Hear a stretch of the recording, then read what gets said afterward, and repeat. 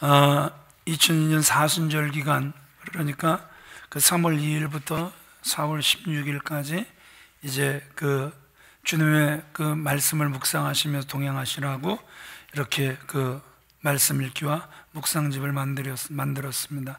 나가시면서 한 권씩 이렇게 받아가 주시고, 그래서 주님의 고난 깊이 또 동행하시고 또 부활의 깊은 아침을 맞이할 수 있는 우리 성도님들이 다 되어지기를 원합니다. 코로나가 장난이 아닌 것 같아요.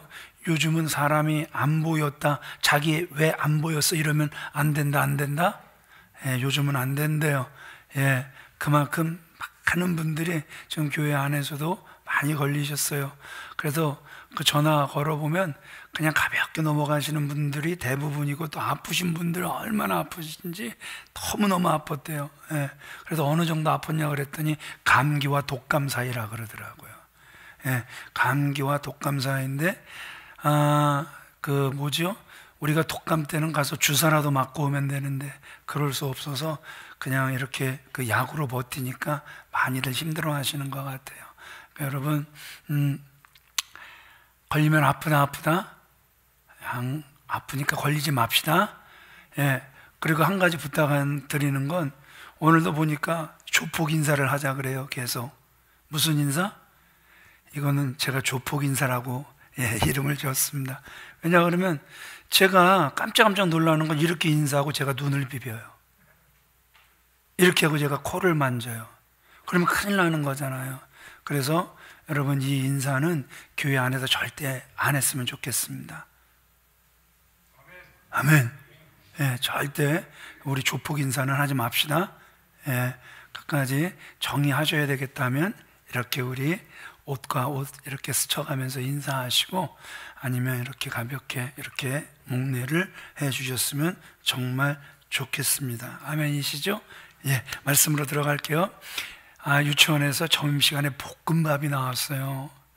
그 한 아이가 볶음밥을 먹는데 양파를 쏙 골라가면서 먹는 거예요. 그것을 보는 선생님, 속이 터지는 거예요. 그래서 그 아이에게 양파를 먹어야 돼. 저 아름이 좀 봐. 왜 저렇게 예쁜 줄 알아? 편식 안 하고 먹거든. 그랬더니 이 아이가 선생님 얼굴을 뚫어지도록 쳐다보면서, 선생님도 어렸을 때 양파 먹었어요? 먹었지? 그랬더니 이 아이가 이렇게 이야기를 합니다. 근데 선생님은 왜 못생겼어요? 예, 여러분, 뭐가 안 통하는 거예요? 말이 안 통하는 거예요. 말빨이 통하지를 않는 거예요. 요즘 목사들이 설교를 하지만 전혀 말씀이 통하지를 않는 그러한 세상을 살아가는 것 같다 그래요. 하나님을 깊이 아는 분들이 그 하나님에 대한 말씀을 해도 그 말씀이 통하는 것 같지 않는 그러한 세상을 살아가는 것 같다고 해요. 오늘 저와 여러분들이 살아가는 세상, 말빨이 정말 이게 통해야 되지만, 우리 교회는, 성도는 말빨보다도 영빨이 통해야 될 줄 믿으시면 아멘 하시기 바랍니다. 오늘 본문에 보니까 주님이 교회를 세우시기를 원하셨어요. 그러면 주님은 정말 교회를 세우시기를 원했는데, 그 주님이 세우시기를 원하셨던 주님의 교회는 어떠한 교회일까? 여러분들이 여러분들이 바라보는 오늘날의 교회의 모습은 어떠한 모습입니까? 좀 많은 사람들이 이 교회가 내가 성장할 수 있는 교회일까?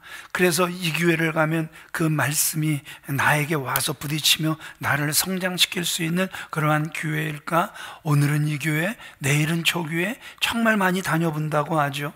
그러나 교회 안에 딱 들어가면 그건 낯설고, 또 교회 안에 또 깊이 들어가 보면 정말 무기력한 이러한 교회의 모습들을 많이 연상하게 된다는 것이죠.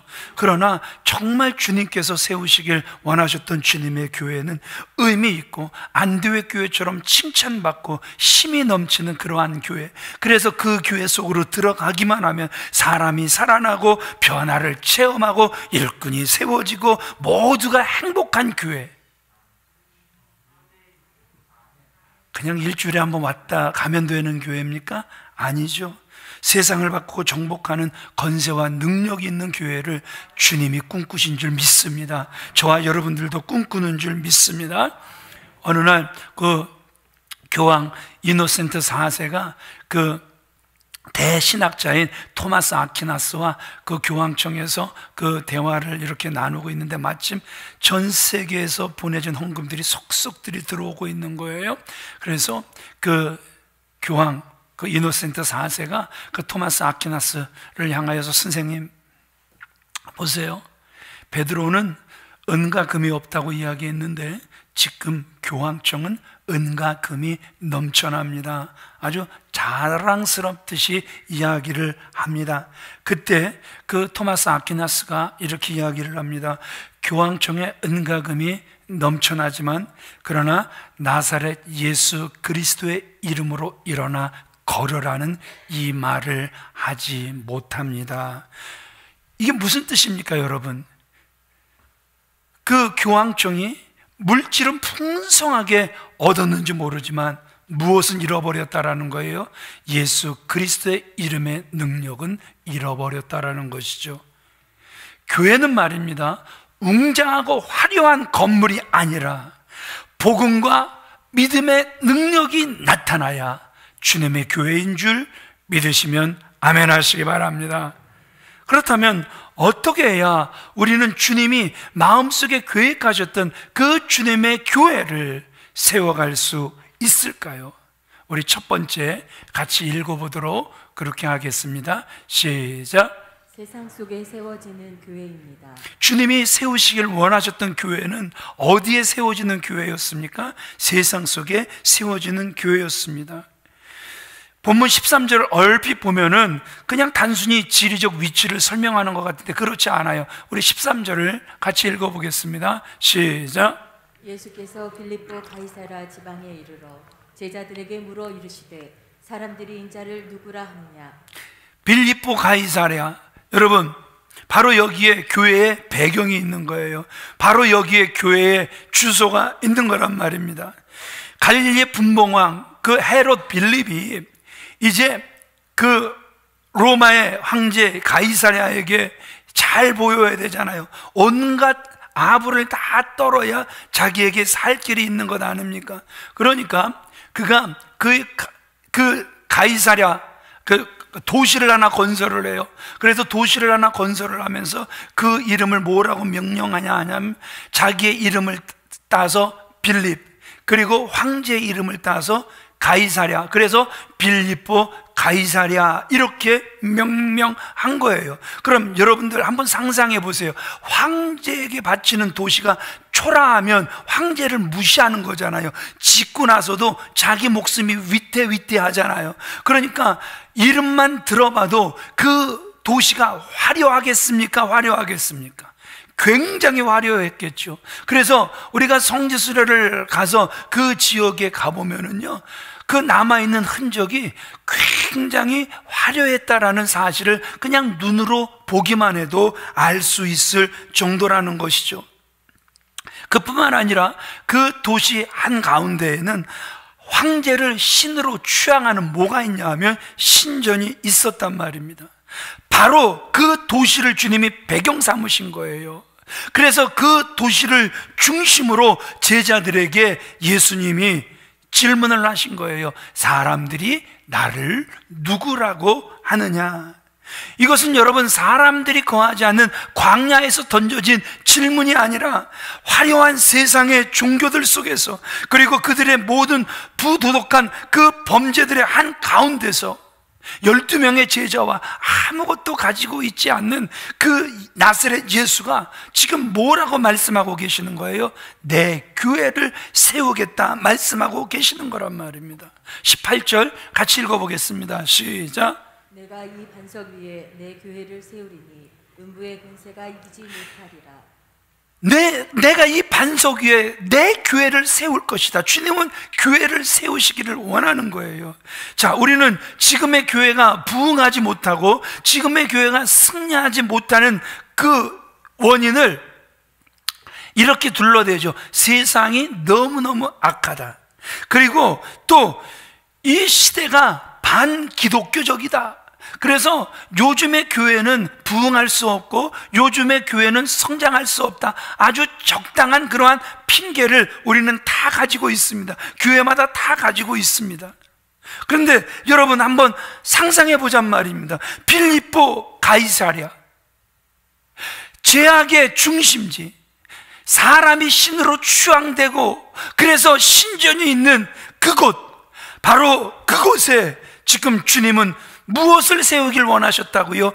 교회를 세우시기를 원하셨다라는 것이죠. 세상이 악하기 때문에 성장할 수 없어요. 반기독교적이기 때문에 교회가 더 이상 성장할 수 없어요. 힘을 잃을 수밖에 없어요. 이런 핑계를 무색하게 만들고 있지 않습니까? 오늘날 우리가 신앙생활을 한다고 하면서 내 남편이, 내 아내가, 내 자녀들이, 내 주변 사람들이 너무너무 강박해서 그곳에 교회가 세워질 수 없습니다. 어떻게 그런 곳에 교회가 세워질 수 있을까? 이렇게 생각합니다. 안 될 거라고 단정을 짓는단 말입니다. 여러분, 세계를 정복했던 황제의 신상이 있는 빌립보 가이사랴 그 땅에서 주님이 질문하시는 거예요. 사람들이 나를 누구라고 하느냐? 제자들이 대답하죠. 세례 요한이라고도 합니다. 더러는 엘리야라고도 합니다. 더러는 예레미야라고도 합니다. 선지자 중에 한 분이라고 합니다. 언뜻 주님에 대한 칭송같이 들립니다. 사실 굉장하죠. 그렇죠, 여러분? 세례 요한, 엘리야, 예레미야, 선지자 중에 한 사람. 사실 이렇게 취급만 받아도 목사는 너무너무 행복해서 막 날아갈 것 같을 거예요. 그런데 여러분, 빌립보 가이사랴를 우리가 머릿속에 그려보잔 말입니다. 지금 누가 신이 돼 있는 것입니까? 로마의 황제 가이사랴가 신이 돼 있는 거란 말입니다. 그런데 지금 사람들은 그 예수 그리스도를 선지자 중에 한 사람으로 취급하고 있는 거란 말입니다. 어떠한 경우라 할지라도 당신은 로마의 황제처럼 살아있는 신으로 여겨지지 못한다라는 것이죠. 그래서 칭송 같으나 결코 칭송이 아니라는 사실을 우리는 쉽게 알 수 있게 된다라는 것이죠. 그래서 주님이 다시 물으시는 거예요. 세상 사람들이 그렇게 이야기하는 거 상관없다. 중요한 건 너희들은 나를 누구라고 하느냐? 그렇죠? 세상 사람들이 예수를 4대 성인 중에 하나로 보는 거, 그거 아무 상관없잖아요. 중요한 건 내가 예수를 믿는다고 하면서 나는 예수를 누구라고 하느냐, 이게 중요한 거잖아요. 아멘이십니까? 아멘이십니까? 우리 베드로가 뭐라고 지금 대답을 하고 있습니까? 16절 같이 읽어보겠습니다. 시작. 주는 그리스도시요 살아계신 하나님의 아들이시니이다. 지금 황제의 도시, 그 황제가 신이 되어 있는 그 도시 한가운데서, 죄악이 관영한 그 도시 한가운데서 지금 베드로가 뭐라고 고백을 하고 있는 것입니까? 주는 그리스도이십니다. 살아계신 하나님의 아들이십니다. 오늘 이 베드로의 고백이 두 가지로 이루어져 있잖아요. 자, 첫 번째 따라합시다. 주는 그리스도시요. 세상은 당신을 선지자 정도로 생각하지만, 그래서 당신에게 주목하지 않지만, 나에게 있어, 우리에게 있어 주님은 누구라는 거예요? 그리스도시라는 거예요.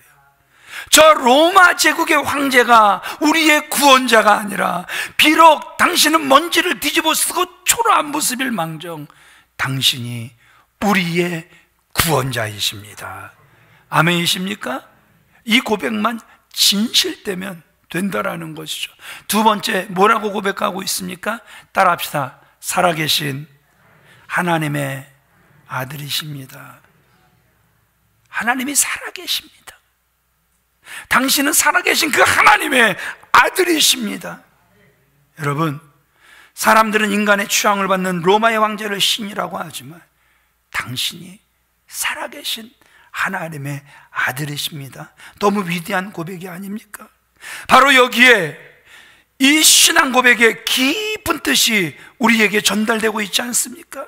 나는 이 세상을 지배하는 황제의 가치관을 따르지 않을 것이다. 오직 예수 그리스도의 가치관을 나는 따라 살 것이다. 정말 위대한 신앙 고백이 아닙니까? 이 고백이야말로 인간들이 주님을 향해 드릴 수 있는 최고의 고백이 아니겠습니까? 아까도 말씀드린 것처럼 아무리 남편이 악하고 자녀들이 악하고 아내가 악하고 그 주변 사람들이 악하다 할지라도 안 좋다 할지라도 주가 그리스도라고, 주가 구세주라고, 하나님의 아들이시라고 우리가 진실되게 고백할 수 있다면 그 자리에, 그 가정에, 그 환경 속에 주님의 교회가 세워질 수 있음을 믿으시면 아멘 하시기 바랍니다. 그러니까 과거 우리나라도 뭐가 있었습니까? 예? 카스트 같은 이런 게 있었잖아요. 양반이 있었고 쌍놈이 있었잖아요. 그런데 그곳에 복음이 들어가니까 세상에 5만 가지 신들을 다 섬기던 이 땅에 예수가 그리스도라는 믿음 하나 들어가니까, 하나님의 아들이시라는 믿음 하나 들어가니까 이 땅에도 주님의 교회가 세워진 것 아닙니까? 여러분, 모슬림 지역을 가보세요. 힌두교 지역을 가보세요. 불교 지역을 가보세요. 그곳에 어떻게 하나님의 교회가 세워지고 있습니까?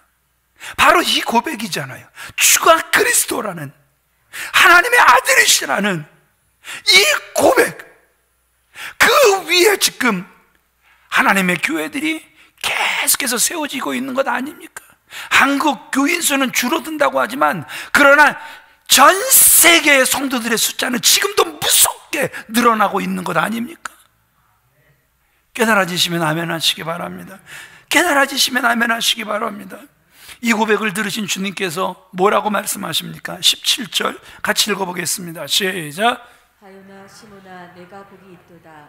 이를 내게 알게 한 이는 혈육이 아니요 하늘에 계신 내 아버지시니라. 주님은 바로 이 베드로의 이 고백 위에 무엇을 세우시겠다고 말씀하고 계시는 거예요? 교회를 세우시겠다 말씀하고 계신다라는 것이죠. 아멘이십니까? 18절 같이 읽어보겠습니다. 시작.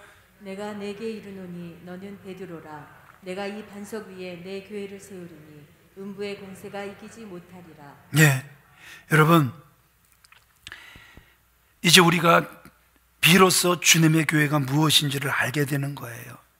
세상을 지배하는 황제의 가치관에서 노예됨이 없이 그 가치관을 뛰어넘어서 길이요 진리요 생명 되신 예수를 그리스도로 믿고 살아가는 사람들의 공동체, 바로 그곳이 주님의 교회인 줄 믿으시면 아멘 하시기 바랍니다. 두 번째 같이 읽어보겠습니다. 시작. 연약한 사람들을 통해 세워집니다. 네, 주님이 그 세우시길 원하셨던 교회는 연약한 사람들을 통해서 세워지는 거예요. 오직 주 예수 그리스도의 가치관으로 살아가겠다는 그 베드로의 신앙 고백을 들으시고 주님이 얼마나 기뻐하셨습니까? 17절 같이 읽어보겠습니다. 시작. 너는 베드로라. 내가 이 반석 위에 내 교회를 세우리니. 자, 따라합시다. 너는 베드로라. 내가 이 반석 위에 내 교회를 세우리니. 예, 18절이네요. 예, 내 교회를 세울 것이다. 여기서 이 반석이다, 이게 무슨 뜻이냐면 지금까지 그 시몬이었고, 그래서 문제투성이었고 아주 충동적인 그러한 실수를 많이 한, 그래서 실패로 가득 찬 그러한 존재였지만 이제 너는 교회의 밑바닥, 그래서 교회의 비밀을 비로소 깨달았다. 그래서 그것이 뭐가 되는 거예요? 교회의 반석이 되는 거란 말입니다. 그 반석 위에 나는 내 교회를 세우시겠다 주님이 말씀하고 계신다라는 것이죠. 이 시간 우리는 이 베드로의 믿음의 고백 위에 세워지는 교회의 비밀, 교회의 신비를 깨달아 알 수 있는 저와 여러분들이 되어지시길 우리 주 예수 그리스도의 이름으로 축원을 드립니다. 교회는 하나님의 은혜로 예수님이 참으로 누구신지를 깨달아 알게 된 사람들을 통해서 세워지는 거란 말입니다. 그 신앙 고백 위에 하나님께서는 자신의 교회를 세워 가시겠다 말씀하고 계시는 거예요. 그런데 중요한 건 누구를 통해서요? 허물 많은 그 베드로를 통해서 주님께서 교회를 세워가시겠다 말씀하고 계시는 거예요. 우리는 연약한데 괜찮습니까? 괜찮다라는 거예요. 그렇기 때문에 저와 여러분들에게 누가 필요한 겁니까? 구세주가 필요한 거란 말입니다. 강한 사람에게 왜 구세주가 필요합니까? 잘 나가는 사람에게 왜 구세주가 필요합니까? 내가 연약하니까 구세주가 필요한 것이죠. 아멘이십니까? 어떤 교회에 여집사님이 예배 시간만 되면 아주 그냥 마음 푹 놓고 주무시는 거예요. 그러면서 이 집사님이 제일 좋아하는 성경구절, 우리 다 알 수 있죠? 성경구절을, 어떤 성경구절을 제일 좋아할까요? 여호와께서 사랑하시는 자에게 잠을 주시는도다. 이 말씀을 아주 그냥 강력하게 붙잡은 거예요. 하여튼 얼마나 자부심이 강한지. 그런데 그 주변에서 어떤 분이 불면증에 걸렸는지 잠을 못 잔다라는 그 소문을 듣자마자 그 집에 달려가서 걱정 마세요. 저랑 같이 교회만 가시면 하나님이 잠을 지어주실 것입니다. 그 말을 딱 들은 그 불면증에 걸린 분이 그래요? 어이구, 그러면 당장 가야죠. 그래서 그 돌아오는 주일날 그 여자 집사님과 함께 교회를 갔어요. 근데 막상 예배에 탁 참석해 보니까 아무도 안 자고 자기를 전도한 그 여자 집사님만 자더래요. 그래서 그 사람이 어떻게 결론을 내렸냐 하면 하나님이 저 여집사 한 사람만 사랑하시는갑다. 그래서 나 이 교회 안 나올래. 그래서 나오는 걸 포기해 버렸다고 해요. 자, 여러분, 영광스러운 그 신앙 고백을 해서 주님을 기쁘시게 했던 그 베드로가 계속 잘 나갑니까? 우리가 너무나도 잘 알듯이 베드로가 금세 흔들리고 말았습니다. 사단에게 그가 이용을 당하죠. 그래서 예수님이 예루살렘으로 죽으러 가신다고 이 말씀을 하시니까 가로막고 나서는 거예요.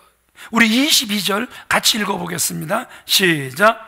베드로가 예수를 붙들고 항변하여 이르되 주여 그리마옵소서, 이 일이 결코 주께 미치지 아니하리니이다. 세상에, 그냥 여기선 우리가 그냥 베드로가 그냥 예수님 그런 말씀하지 마세요 이런 것 같지만 그 아메리칸 스탠다드 바이블에 이렇게 가서 보면 베드로가 예수님을 한쪽으로 데리고 간 거예요. took him aside. 그리고 rebuke him. 그를 야단치기 시작했다. 세상에요, 베드로가 지금 누구를 야단치는 거예요? 주님을 야단치는 거예요. 좀 전까지만 해도 주는 뭐라고 고백해놓고? 그리스도라고 고백해놓고 살아계신 하나님의 아들이라고 고백해놓고 아주 잠깐 지나가니까 베드로가 간이 바깥으로 나왔지 지금 누구를 야단치고 있는 거예요? 하나님의 아들을 야단치고 있는 거예요. 여러분, 이 그림이 그려지십니까? 사람이요, 정말 고백이 정말 위대하기도 한데 그 고백이 오래 갈 것 같은데 아주 순간 무너져 내리는 아주 연약성을 가지고 있는 게 저와 여러분들이라는 사실을 베드로를 통해서 우리에게 보여주고 계신다라는 것이죠. 그러면서도 자기 마음에 맞지 않으니까 그냥 예수님도 막 꾸짖는 게 베드로라는 사실도 우리에게 보여주고 있다라는 것이죠. 뒤이어 나오는 17장, 무슨 장이냐면 변화산. 정말 막 아주 영광된 장소가 아닙니까? 거기서 제자 베드로, 야고보, 요한이 누굴 보는 거죠? 모세와 엘리야를 보는 거예요.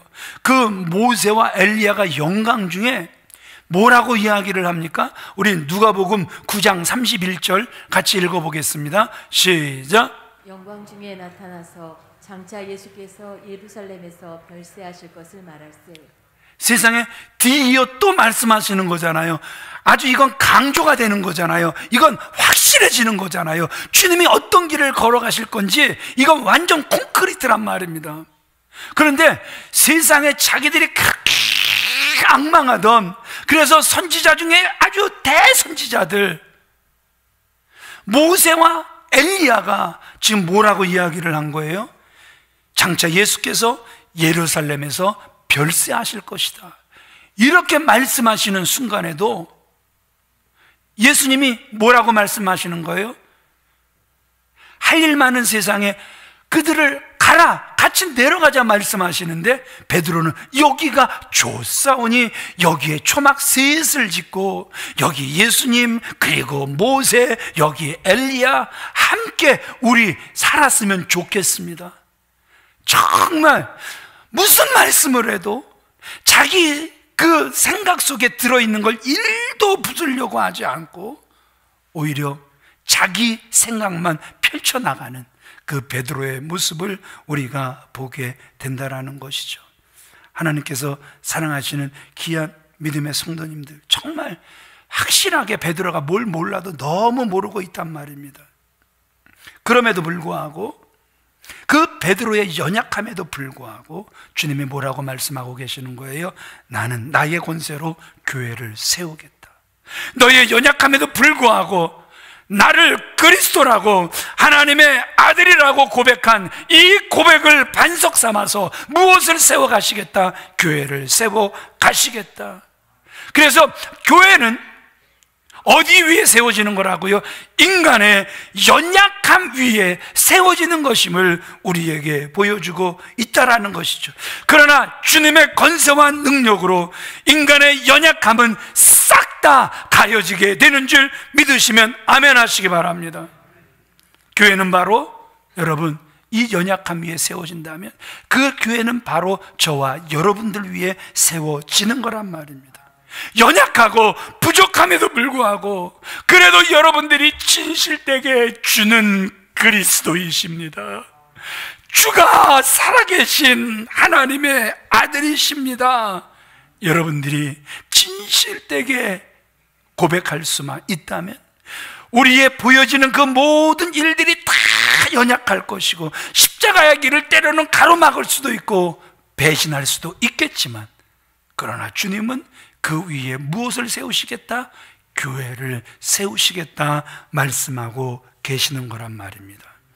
하나님께서 사랑하시는 귀한 믿음의 성도님들, 바로 여러분들을 통해서 구역이 세워지고 성장되고 번식되고 확장되어지는 거란 말입니다. 이것이 교회의 신비라는 것이죠. 만약 여러분이 하나의 구역을 세울 수 있다면 바로 여러분들이 베드로가 되는 거란 말입니다. 여러분의 집에서 구역이 모여졌다면 여러분들의 집은 영광스러운 교회가 되어주는 줄 믿으시면 아멘 하시기 바랍니다.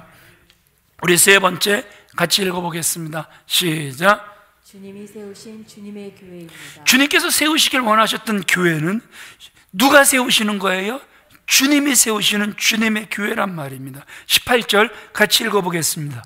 시작. 내가 내 교회를 세우리니. 내가 내 교회를 세우겠다. 예수님은요, 분명히 내 교회를 세운다 말씀하고 계시죠. 교회는 예수 그리스도의 가장 커다란 애정의 대상이란 말입니다. 우리가 너무나도 잘 알고 있지만 너무 쉽게 또 잊어버리는 게 뭡니까? 따라합시다. 교회의 주인은 주님 자신이시다. 아멘이십니까? 분명히 주님은 내 교회라고 말씀하시잖아요. 예루살렘에 올라가셔서 예루살렘 성전을 싹 다 정화하시면서 뭐라고 말씀하고 계시는 거예요? 내 집은 만민이 기도하는 집이라 일컬었거늘 너희는 뭘 만들어버렸다? 강도의 소굴을 만들어버렸다. 주님은 분명히 성전을 향하여 누구 집이다? 내 집이다. 내 집이다. 분명하게 주님이 말씀하고 계신다라는 것이죠. 이렇게 우리가 찬양하죠. 시온 성과 같은 교회, 그의 영광 하나 없다. 허락하신 말씀대로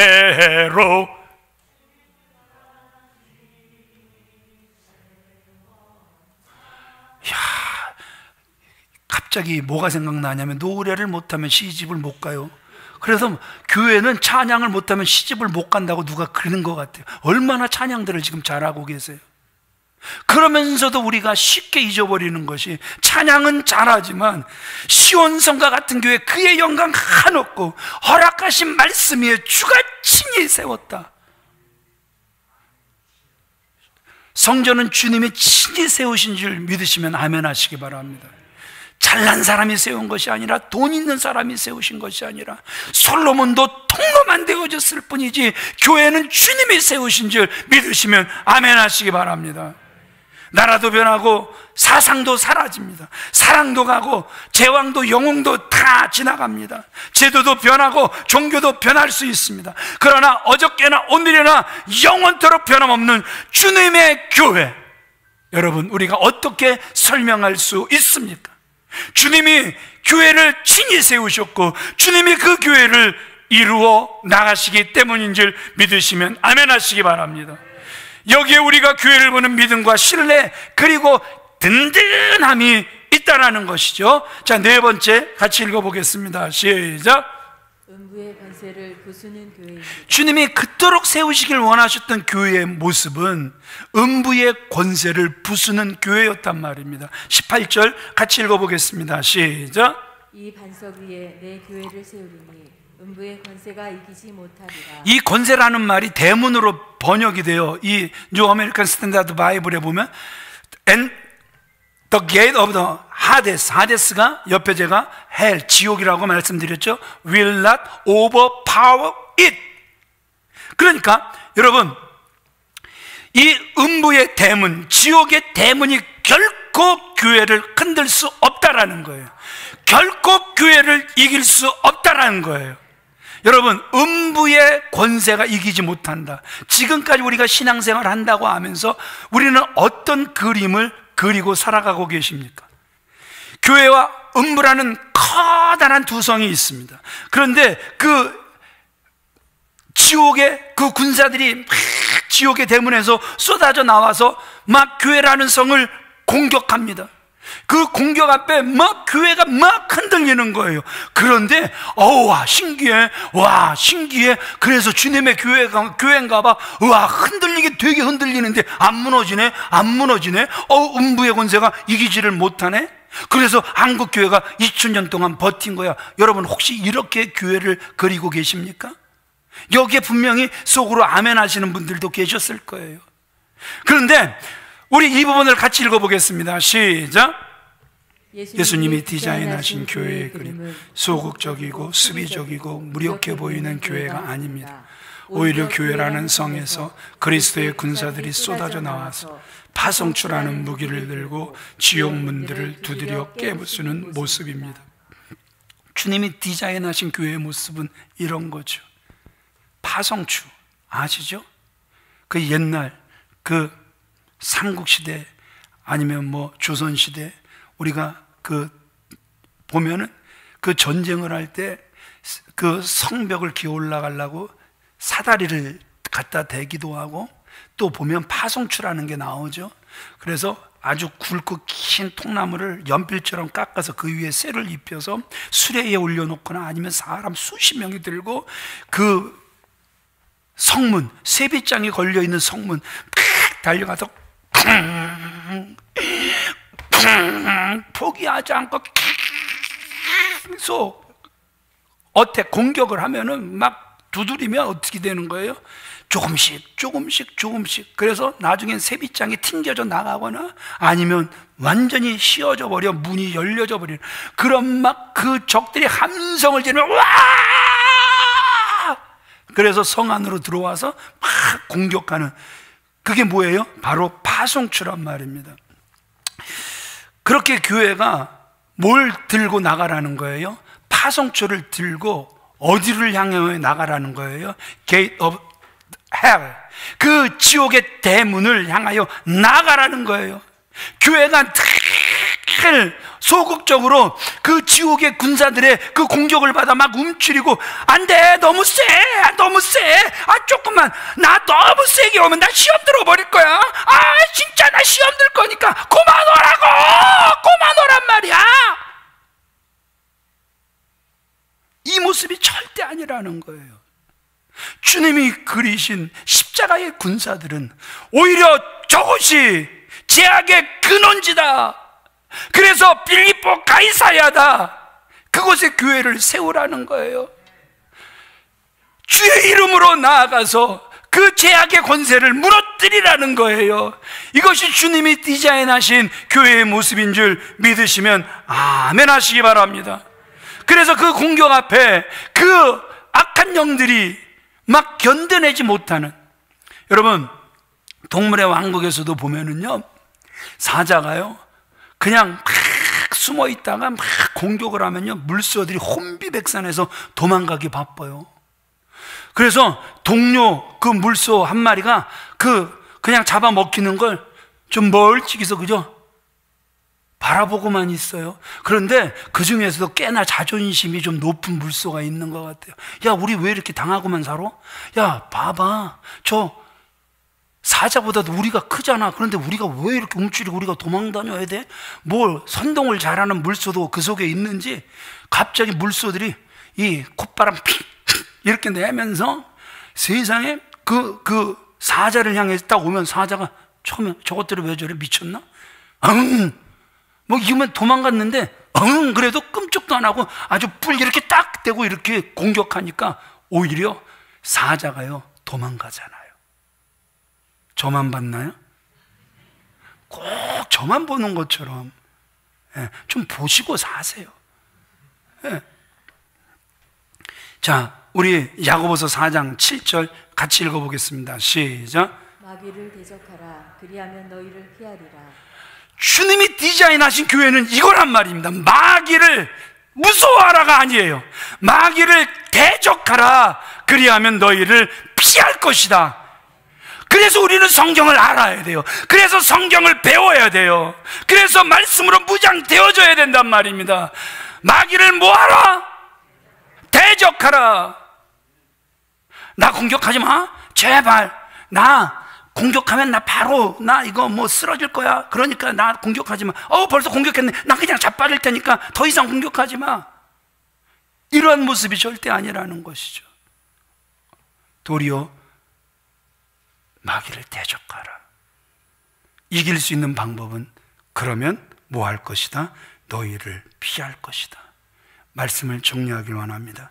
교회는 세상을 정복하는 승리의 공동체인 줄 믿으시면 아멘 하시기 바랍니다. 사단에게 빼앗긴 영토들을 되찾고 포로된 천국 가족을 구원해내는 구조대인 줄 믿으시면 아멘 하시기 바랍니다. 이제 공격에 나서기만 하면 주께서 이기게 하실 줄 믿으시면 아멘 하시기 바랍니다. 음부의 권세가 흔들흔들 무너져 내릴 줄 믿으시면 아멘 하시기 바랍니다. 세상의 견고한 진 겉보기에는 굉장해 보일 것입니다. 그러나 막상 교회가, 주의 군대가 공격해 나서기만 하면 속으로는 벌벌 떨게 돼 있는 줄 믿습니다. 예수의 이름, 성령의 능력, 예수님의 보혈이라는 이 무기들은 음부의 권세를 부수는 핵폭탄인 줄 믿으시면 아멘 하시기 바랍니다. 그 이름으로 나아가면 일순간 마귀의 성이 무너지게 될 줄 믿습니다. 예수의 이름으로 복음 무기 들고 나가기만 하면 음부의 권세 무너질 것입니다. 성령의 능력, 보혈의 능력 앞에 마귀의 견고한 진들 보기 좋게 무너지게 될 줄 믿습니다. 교회는 지옥의 대문을 깨트리는 주님의 군대라는 이 사실을 이 한 주간도 잊지 않고 살아가시는 저와 여러분들 다 되어지시길 주님의 이름으로 축원을 드립니다.